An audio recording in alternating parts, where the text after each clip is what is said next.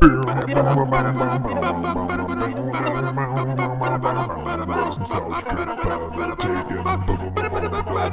nostalgia trip ever taken. Worst nostalgia trip ever taken. Hi. You may be asking yourself, why are these two back? Why is it Jokey and Paul again? Well, that's because that's the show. Now, I don't know, maybe you're new here, and if you are, feel free to like, comment, subscribe, all that fun stuff. I don't know, stuff you say on YouTube. I couldn't tell you. I don't pay attention enough. But anyway, today we're talking about Bloodsucking Bastards, which something my co-host here thought he'd seen until he saw the trailer, and it was a different movie than what he thought he'd seen. Hey, Jokey Pants here, just to let you guys know, hey, we're still sponsored by Dubby! Yeah, Dubby, that energy drink that gives you everything that you want, everything you need, all with the natural flavors, and none of the artificial added sugars or bad stuff for you. So go check out Dubby. Use code Oddcast and save yourself money. And they're always running deals. So many deals. So you can save extra money with using the code. Just don't overdo it.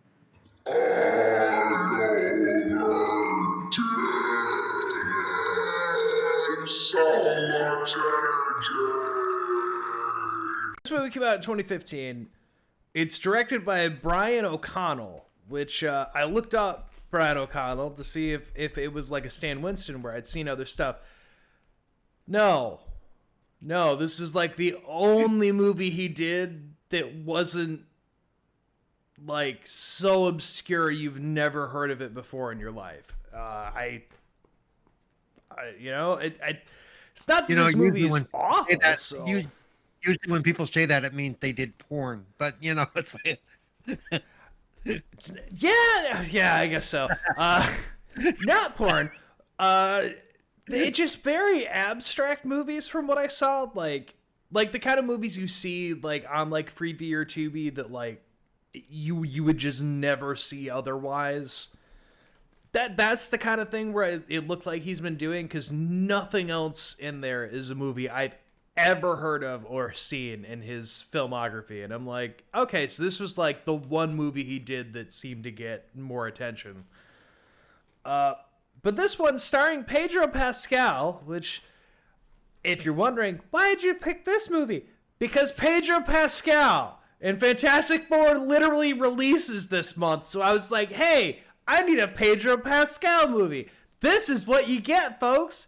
This is what you get. Okay? Welcome to the show. It's Jokey Pants' Bad Taste. You think I was going to cover a good movie? You was going to cover a great movie? That's not this episode. Not this episode. Eventually, just not now. So anyway, it also has Fran Kranz, he has an interesting name. But he was in Cabin in the Woods as the stoner.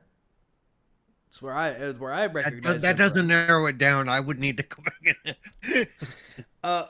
It also has Joey Kern, who's from the original Cabin Fever in 2002, as the dude who leaves Cabin as, fuck you guys, you're all sick, and then survives to the end only to be shot and then thrown in the pile anyway. Or he's also in Super Troopers as one of the college idiots in the opening and the ending. He's one of the guys getting high in the car when they get pulled over. Those are the two things I know him from the most, where I see him and I'm like, okay, yeah, no, I know where I've seen you. But those are the main cast. They're the actress. I haven't seen her in anything else off the top of my head. But anyway, those three you've seen maybe somewhere. Pedro for sure. He's everywhere now. But this is 2015. This is early Pedro Pascal. This is before anyone gave a shit that man was going to be everywhere. This is like right before he peaked into his career that he is now. So this movie begins very simply. It has your credit flashes. You're kind of seeing that there's an office setting, maybe something's going on. They don't give you too much to go on from just that. From there, we open on Joey Kern, who's playing Tim, opening with a close-up to his face and him saying, well, this is the grossest thing I've ever seen. And then they do the one thing in movies where, like, this is something I don't love that they start this way.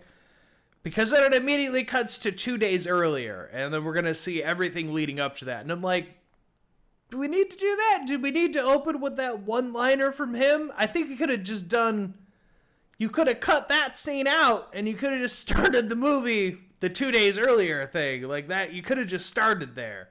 But okay. So they don't show you anything gross or anything of the aftermath or anything. They just a tight close up and... Yeah, it's just close up to Tim. He's got like blood on him, but you don't see anything else, and it's just his saying, and then immediately 2 days earlier, and I'm like, I think you could have just cut that out. That's a throwaway. That's an absolute throwaway. That's So it cuts back.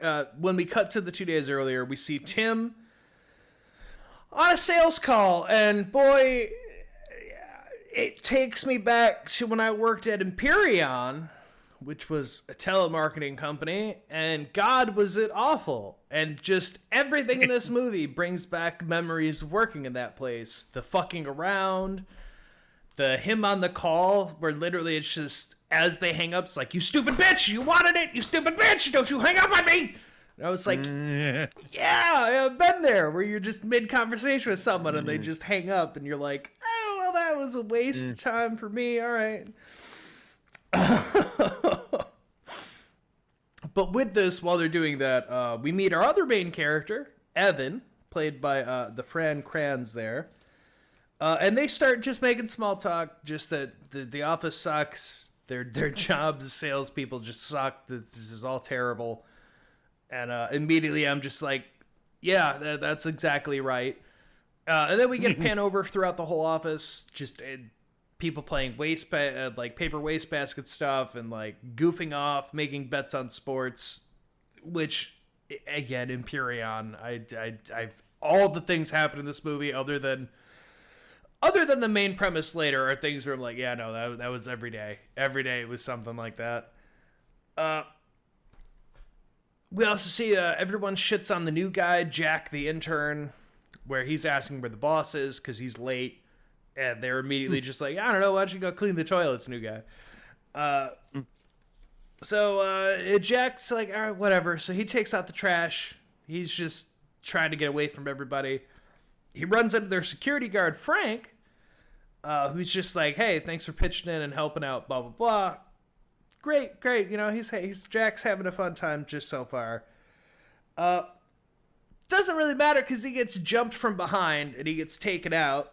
And then we pan out from the dumpster area and we see Tim not paying attention. He's got his music cranked up in his car. He's on break and he doesn't care. And I immediately went, that's Empyreon. How many times there would be a something going on when we were on break? Like there would just be a literal fight going on, and there would just be the people who are in their car with the radio just like, you know what, for the next 30 minutes it's not my problem, I don't care. That's right.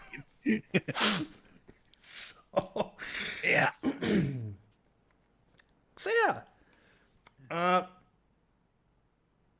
So he misses out on that.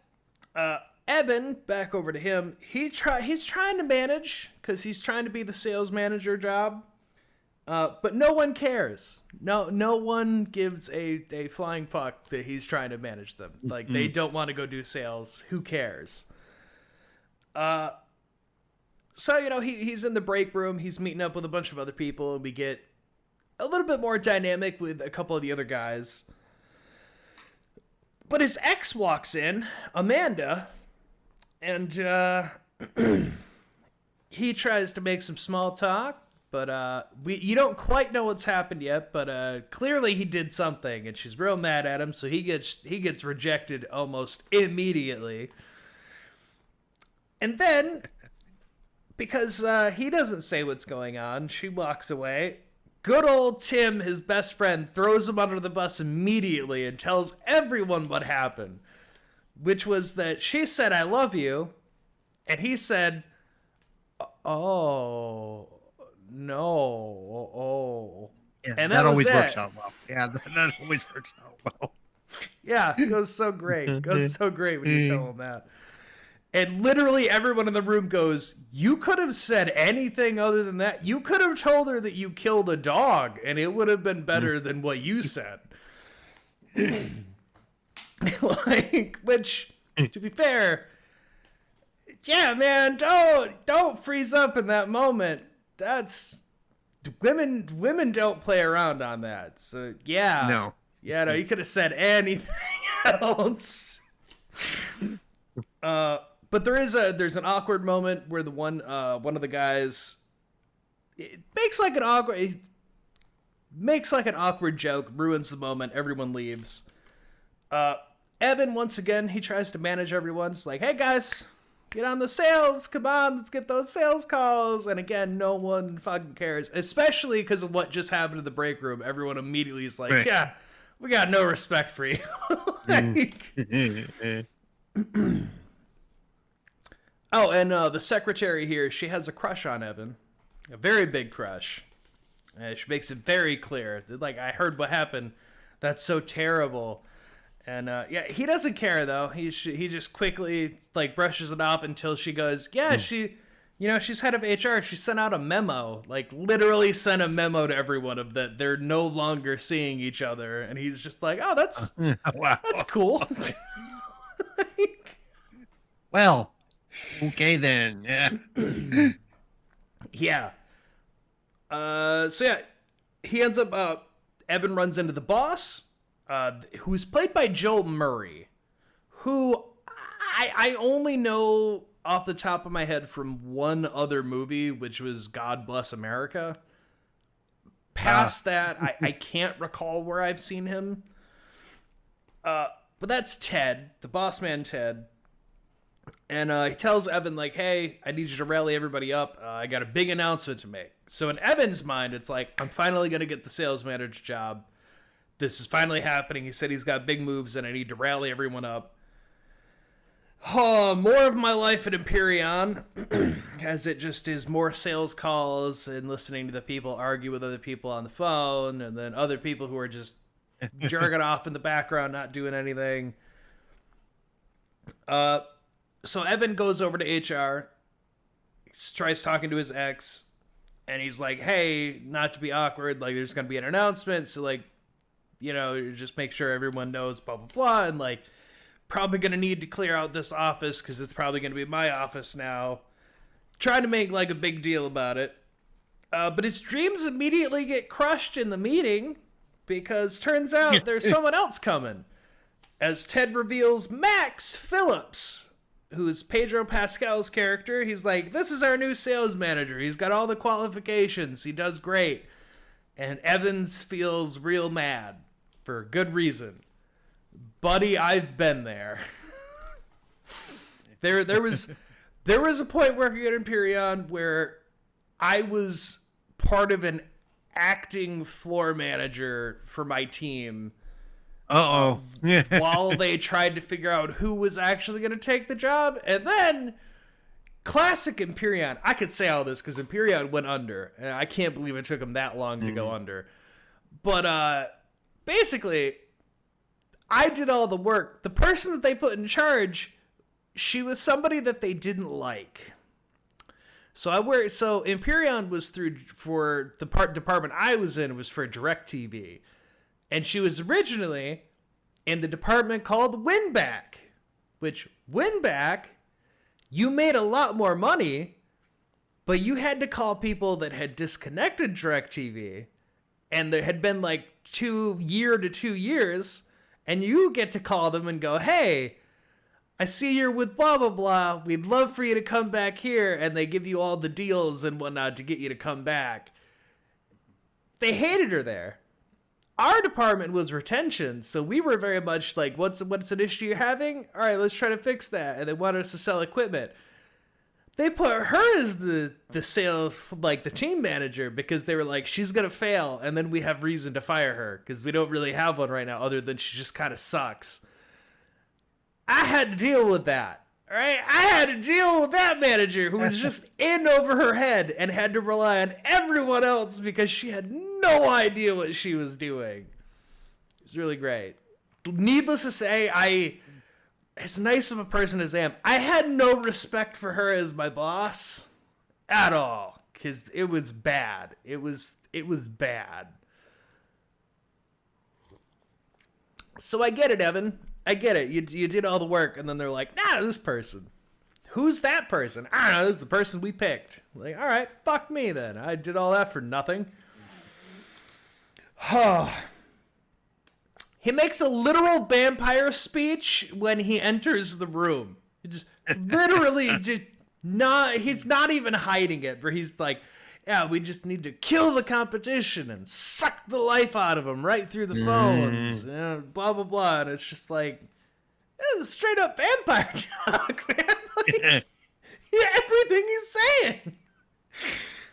And Max makes a move on Amanda, like immediately. Just immediately starts hitting on her. Because he also has heard the rumor and whatnot that they're broken up. So he's just immediately moves on the hottest woman in the office. Office idiot Mike, who is the guy who made the awkward comment earlier in the break room, we cut to after hours, and he's using the Wi-Fi to play one of possibly the shittiest online games I've ever seen, to shit talk kids online, because that's just what he does. And he gets interrupted by the janitor who jump scares him. And it's like, what are you still doing here? Office hours are over. And he's like, yeah, well, fast free Wi-Fi on my dime. So I'm making this place my pad for the night so I can do what I want to do. How about that? He goes off to the toilet. He's, taking care of business when suddenly the lights go out and he starts getting messed with. And then he's dead. He just gets killed off right then and there. Evan comes in the next morning. He sees that Mike's car's still there. Can't figure that out. He finds that weird. Runs into Frank, the security guard at the front desk, and we learn that Frank's just really fucking odd. Like, the man is constantly pounding Red Bulls and he's watching a cat video. And Evan says, like, oh, cat video. It's like, yeah, I get it, relax or whatever. And then just Frank's deadpan looks him in the face and, I think I know this cat, sir. And then just stares at the video. And I'm like, yeah, he's an odd one, huh? he's an odd guy. And then Evan gets into the office and Tim's already there. And Tim tells him, like, yeah, no, we all got a call. We had to be in super early this morning for something about they wanted a jump on sales or whatever. So Evan's just like, okay, yeah, whatever. Evan goes off to use the bathroom, and he finds Mike's body in the stall, and he promptly, he freaks the hell out. But of course, he goes to get help. He tells Max and Ted, like, hey, the Mike's dead and his body's in the bathroom and I still really need to go, but like you guys need to see, like, he's dead. It's like there's blood everywhere. So of course by the time he gets back, the body's gone. Everyone thinks he's crazy. There's nothing going on. You're just going crazy. Except for Frank, who sits on the toilet and finds one speck of blood and goes, yeah, no, somebody clean this up. Very clearly somebody cleaned this up. It smells like bleach. It's just like, Jesus Christ. Evan goes to Amanda over in HR. He tries telling her, hey, I don't know what's going on. Mike was dead. She tries telling him Mike's the biggest prankster in the office. Of course he's gonna mess with you and mess with everyone else. She's like, but from what I heard, Max is cleaning house, so I don't think it really matters. It sounds like he was gonna be fired anyway. So yeah, and then we get the annoying sports guy. I believe is. By the way, I'm David. not bored. I'm just tired. It's been a long day. So we get an annoying sports guy, David. He's trying to go around the office to take bets and get everyone to pay him for past debts and whatever. We all know that one kind of guy in the office setting. But Max tells him he loves his ideas. He'd love to chat with him about his ideas. And he takes him into his office and kills him.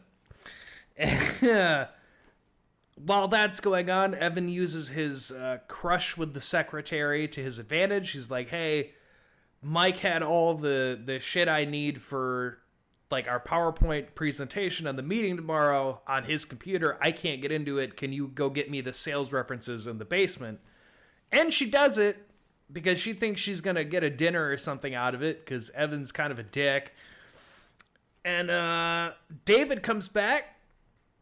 Magically, he's looking he's looking fresh, but it's just he's got the pale skin and sunken in eyes. And he immediately goes up to them. He goes, "You guys owe me $20." And he's like talking to all of them except for Evan, who he goes, "You were prompt and swift in your payment, and that will be remembered. The rest of you, chop chop." And it disappears, and then everyone's really put off by the fact he's being real adamant about his $20.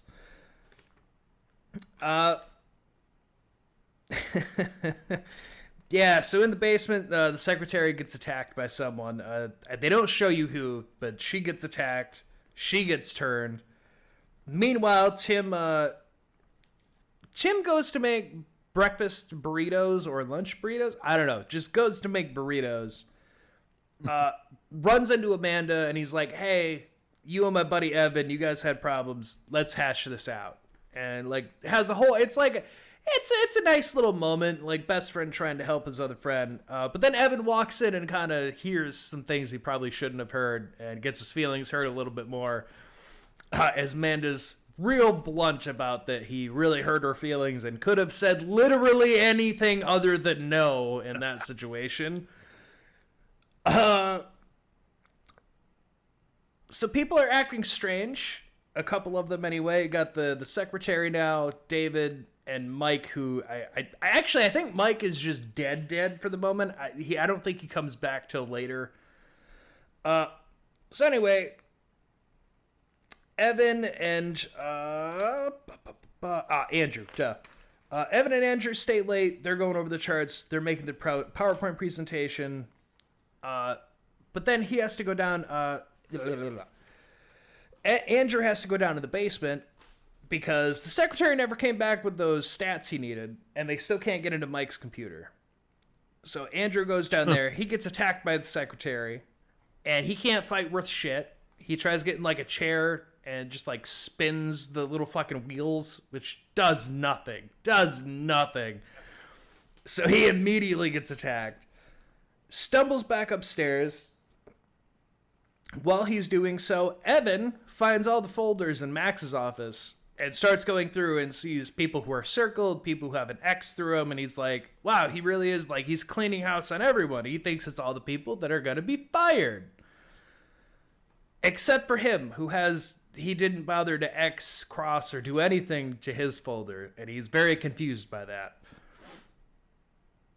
But this is where Andrew stumbles back upstairs. He runs into Evan, and then Evan's just like, what the fuck? Because he's bleeding everywhere. Gets chased by the people who have turned. He ends up hiding himself in a supply closet and calls Amanda to be like, hey, something's going on. Unfortunately for him, Max already beat him there, and Max is already trying to get with Amanda. So Max answers the phone and then basically just messes with him the entire time. He ends up falling asleep in there. He gets found the next morning. And, he just gets called crazy. Everyone's like, yeah, no, Edward finished all the work last night. And he's like, what? He was dead. And, of course, Edward comes back. He's sharply dressed, pale skin, whole 9 yards. So Tim saying everything in front of Amanda about, like, Well, let me clarify. Tim and Evan explain what's been going on, and then Tim says, "Oh, everyone's been turned into vampires, huh?" To which Evan says, "What?" Tim's story is probably the funniest part because he's just eating a sandwich every time, but like he's explaining that he's seen everyone get attacked at different points. So like there's one of the chicks who's like in an office, like one of the closets, and Max is like seducing her and then violently attacks her, and then it just pans over and there's Tim just, "Oh, I dropped a pickle." Like, in other words, he really doesn't care. One. He really doesn't give a shit. Yeah, and Evan's like, "Why didn't you say anything?" And you and I both He's know like, there's always that "Oh." one guy in the office that is exactly that. Okay. There really is. It like Evan's immediately just like, "So you knew this was going on? You didn't say anything?" And Tim's like, "Well, I don't know. I mean, I thought it was kind of weird, but I didn't really think about it too much." Like, while they're explaining this, by the way, Amanda doesn't believe them. Of course she doesn't. Tim and Evan get kicked out of her office. Everyone is a fucking vampire in the office by this point. Like, everyone is a vampire. And, like, they're looking around, the lights are dimmed down, the air conditioning's turned up. They're like, "It's like a crypt in here. Oh my God, is everyone turned?" Like, Yeah. they go to security guard Frank, and, God damn it. This is the one thing in here where I was like, you could have skipped past a little bit. But they go up to him and they're like, "Frank, you're never going to believe it." Of course, Frank, that the whole office is vampires. "How did everyone know but me?" And then it turns to Tim and he's like, "Well, actually," and it's the same exact thing they did with Tim, but then it pans over a little more and Frank was also there drinking Red Bulls. Also watching everything happen. Watching it all go down.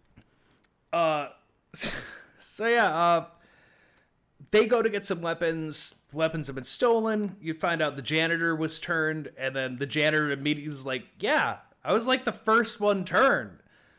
And Tim, you get Tim with just like, "Well, I mean, that makes sense, actually." It's like, "Yeah, all the blood, somebody's got to clean that up." And the janitor's like, "Yeah, why do you think no one was able to find anything this whole time? He turned me first go." Like, so yeah, they killed the janitor. Turns out when you stab them, they explode in this one. They're like okay, what is it? Daybreakers, where like they just violently explode. Like there's no burning. No, they just pop. Yeah, Okay, so the gang since I heads haven't back. watched, I have a question then. Since I haven't watched it, do they? Did they use practical blood or did they use digital effects for that? I think there's a lot of practical that goes on with it because like the actors get drenched every time and like the rooms are drenched. Okay, that part's good because nothing takes me out of a movie faster than they do stuff like that, and then nothing has blood on it after this. It's like, Oh yeah, no. Even somebody even just with popped like in. yeah, even with like CGI to like do some of like the pop effects, everything gets splattered around them. So it's not like like they good. pop. That's Oh no, good. everything gets covered. Yeah, so they go back in to kill everything. They end up meeting up back with Boss Man Ted. And they're explaining that there's vampires, and I love that Ted's... I love the response here. Because they go, "Everyone in the thing's vampires. Max is a vampire, and he's not telling you that he's been turning everyone." And Ted looks them dead in the face and goes, "Yeah, I know. Yeah, I know, I made this deal. Now, do you know how hard it is to get telemarketers to do their job constantly? Do you know how much we spent on paper clips alone last quarter?" And then you got Edward in the corner with like, it's something like 21,764 paper clips. He's like, "I love that. I love this guy. That's efficient. You know how long it took him to get that number? That's efficient." Like, and they're like, "So wait, you're turning us all into vamp? Why?" He's like, "Again, it's just productivity. Like they could work all the time. They don't really ask for vacations or time off. They just stay here all the time anyway. So telemarketing breeds vampires. What? Why not? You know. They try to even talk like right before this scene when they fight, right before they fight the janitor. They're talking, or no, after they fight the janitor. They're talking about how the vampires survive, and it's like the guy Frank tells him, he's like, yeah, there's very limited windows, and it's all basically fluorescent light. It's the way they built the building is for productivity. They're like, so we just have so little fucking sunlight in this building, they're perfectly fine? Yeah, basically. Son of a bitch! Like...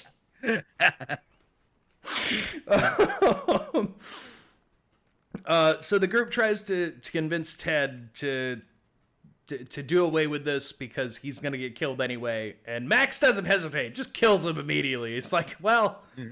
Oops. He's like, that's the one thing I hate about this job is firing people.